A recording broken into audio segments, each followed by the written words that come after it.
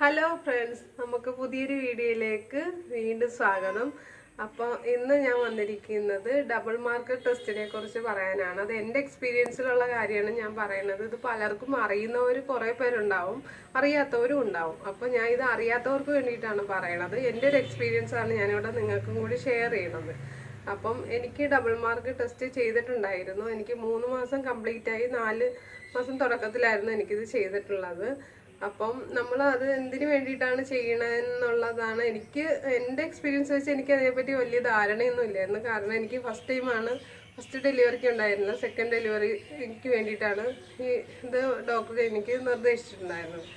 അപ്പം രണ്ടാമത്തെ സ്കാനിങ്ങിൻ്റെ കൂടെയാണ് എനിക്കിത് ഡോക്ടർ നിർദ്ദേശിച്ചിട്ടുണ്ടായിരുന്നത്. അപ്പം നമ്മൾ സ്കാനിങ് സമയത്താണ് ഈ ഡബിൾ മാർക്ക് ടെസ്റ്റ് ഒരു ബ്ലഡ് ടെസ്റ്റാന്നുള്ള കാര്യം തന്നെ ഞാൻ സത്യം പറഞ്ഞാൽ തിരിച്ചറിയണത്. അപ്പം എനിക്കത് ചെയ്തിട്ടുണ്ടായിരുന്നു. അപ്പം അതിൻ്റെ റിസൾട്ട് കിട്ടുന്നത് ഒരു 5 ദിവസത്തിന് ശേഷമായിരുന്നു കേട്ടോ. അപ്പം നോർമലി ഉള്ള ബ്ലഡ് ടെസ്റ്റുകൾ മാത്രമേ ചെയ്തിട്ടുള്ളായിരുന്നു. അപ്പം നമുക്ക് ഇതിൻ്റെ ഒരു എക്സ്പെൻസ് കിട്ടുമ്പോൾ നമ്മൾ സാധാരണ നിലയിലുള്ളവർക്കാണെങ്കിൽ അതിൻ്റെ റേറ്റ് കിട്ടുമ്പോൾ ഒരു 2000 തൊട്ട് 3000 റേഞ്ച് വരെയൊക്കെ ആയിട്ടുണ്ടായിരുന്നു. അപ്പോൾ നമുക്ക് ജസ്റ്റ് നോർമലായിട്ടുള്ളൊരു ബ്ലഡ് ടെസ്റ്റ് ആണെന്നാണ് ഞാൻ ആദ്യം കരുതിയിരുന്നത്. അപ്പോൾ റേറ്റ് കേട്ടപ്പോൾ ജസ്റ്റ് ഞെട്ടിയെങ്കിലും നമ്മളത് ചെയ്തിട്ടുണ്ടായിരുന്നു. ഇത് മെയിനായിട്ട് ചെയ്യുന്നതെന്ന് വെച്ചാൽ നമ്മുടെ ഉള്ളിലുള്ള കുഞ്ഞുങ്ങൾക്ക് എന്തെങ്കിലും ജനിതക വൈകല്യങ്ങളുണ്ടോ എന്ന് തിരിച്ചറിയാൻ വേണ്ടിയിട്ടാണ് കൂടുതലും ഡോക്ടർമാരത് നിർദ്ദേശിക്കുന്നത്.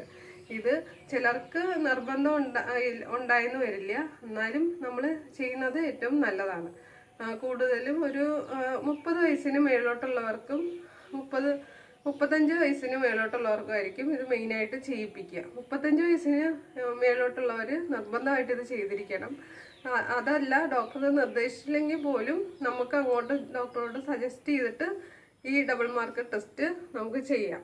ആരോഗ്യത്തോടെ ഉള്ളൊരു കുഞ്ഞാണോ ജനിക്കുന്നത് നമുക്ക് മുൻകൂട്ടി തിരിച്ചറിയാനും, അല്ലെങ്കിൽ എന്തെങ്കിലും വൈകല്യങ്ങളുണ്ടെന്ന് ഈ ബ്ലഡ് ടെസ്റ്റിൽ തിരിച്ചറിഞ്ഞാൽ നമുക്ക് അതിനുള്ള ട്രീറ്റ്മെൻറ്റ് അമ്മയുടെ ബ്ലഡിൽ നിന്നല്ല എടുക്കുന്നത്, ഉള്ളിലുള്ള കുഞ്ഞിൻ്റെ പ്ലാസൻ്റയിലെ സാമ്പിൾസ് എടുത്തിട്ടായിരിക്കും അതിനുള്ള ട്രീറ്റ്മെൻറ്റിൻ്റെ ടെസ്റ്റുകൾ ചെയ്യുന്നത്. അത് കുറച്ചും കൂടി എക്സ്പെൻസ് ആയിരിക്കും. ഒരു 8000 തൊട്ട് 10,000 എബോവ് വരെ അതിൻ്റെ എക്സ്പെൻസ് ഉണ്ടാവും. എനിക്ക് ചെയ്തത് ഡബിൾ മാർക്ക് ടെസ്റ്റ് ആയിരുന്നു കേട്ടോ. അപ്പോൾ എനിക്ക് അതിന് 5 ദിവസം കഴിഞ്ഞപ്പം റിസൾട്ട് കിട്ടി. എനിക്ക് എല്ലാം നോർമലാണെന്നാണ് റിസൾട്ടിൽ കിട്ടിയത്.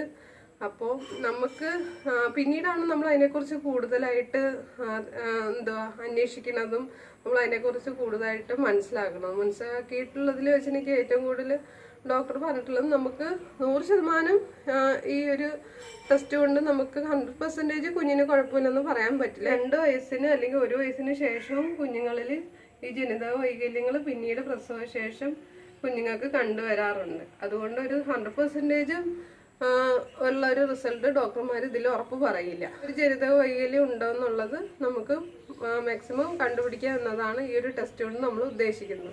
അപ്പം മാക്സിമം എല്ലാവരും പ്രഗ്നൻസി ആയിരിക്കുന്ന സമയത്ത് ഡോക്ടറോട് നിർദ്ദേശപ്രകാരം ഈ ഒരു ടെസ്റ്റ് നല്ലതായിരിക്കും എന്നാണ് എൻ്റെ പേഴ്സണലി ഉള്ളൊരു അഭിപ്രായം. ഞാനത് ചെയ്തതുകൊണ്ട് എനിക്ക് പേഴ്സണലി ഉള്ള അഭിപ്രായമാണ് ഞാൻ നിങ്ങളുമായിട്ട് ഷെയർ ചെയ്യുന്നത്.